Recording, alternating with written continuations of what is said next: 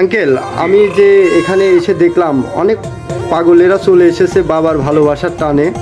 আর আমি জিজ্ঞাসাও করলাম আপনাদের বাড়ি কোথায়, কেউ বললো পটুয়াখালী, ফটিকছড়ি, সিলেট, অনেক দূর দূরান্ত থেকে, পাবনা জেলা থেকে মানুষ আসছে আমাদের এখানে আসে। আলহামদুলিল্লাহ, আমরা তাদের সাথে অবশ্যই ভালো ব্যবহার আচার করব। আর কমিটির পক্ষে থেকে আপনাকে একটা কথা বলতে চাচ্ছি, এই যে কমিটির ছেলেপেলেরা অনেক সময় মানুষের গায়ে হাত তুলে থাকে, এই বিয়াদবিগুলো বাবার দরবারে যে করে, আর যেসব পাগলেরা মাজারের ভিতরে বসে থেকে গাঁজা সেবন করে, তাদের কিন্তু আলাদা করা লাগবে। আর পাশাপাশি আমাদের যুব সমাজের জন্য সুন্দর সুন্দর গান আয়োজন করা হয়েছে। আমরা সবাই চাই এই অনুষ্ঠানগুলো চলুক, তবে আপনার পক্ষ থেকে আমি একটু জানলে আমার একটু ভালো হতো। আমাদের কয়েকদিন আগে আমাদের সার্কেল ওসি স্যার আসছিলেন আমাদের দরবারে। উনি আসে বলে গেছেন, এবং আমরাও জানি আমাদের মাজারের দরবারের ভিতরে কোনো নিশা পান হয় না। আমাদের দরবারের মধ্যেও, আমার রওজা শরীফের মধ্যেও কোনো ধূমপান চলে না। এবং যারা নেশা খায় তাদের স্থান আলাদা আছে, তারা আলাদাভাবেই থাকবে। এবং আমরা এই কথাই বলতে চাই, আমরা যে এই বাবার রওজায় এত বছর ধরে যে আমরা পরিশ্রম করেছি, প্রতিটা টিউনও আমাদের জানের মতো, কলজার মতো ভালোবেসে রেখেছে।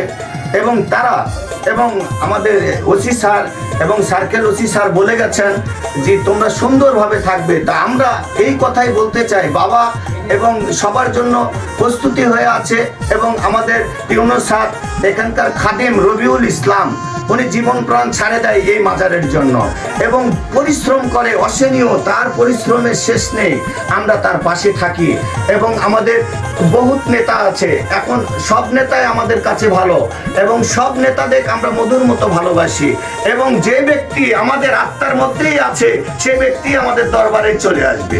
আলহামদুলিল্লাহ। আর 64 জেলার মানুষকে আমি আবারও বলছি, এই সলেমান বাবা দরবার শরীফে যে আব্দুল শুকুর মালুম বাবার দরবার শরীফের মেলাটা চালু হতে যাচ্ছে, আপনারা অবশ্যই আসবেন এই মেলাতে।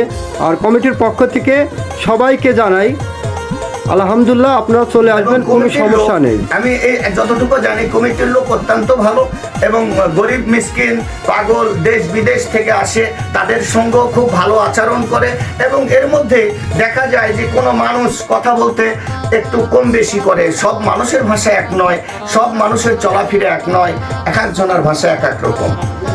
আঙ্কেল, আপনি যে সলেমান স্যার বিষয়ে এতগুলো কথা বললেন, আমাদের মাঝে জানালেন, আমরা যে অজানা কথাগুলো আপনার থেকে জানতে পারলাম, আমাদের পক্ষ থেকে আপনাকে লাল গোলাপের শুভেচ্ছা রইল। আর আপনি একটি কথা বলবেন, আপনার নামটা আর আপনার পরিচয়, আর আপনি সলেমান বাবার এখানকার কোন দায়িত্বে আছেন?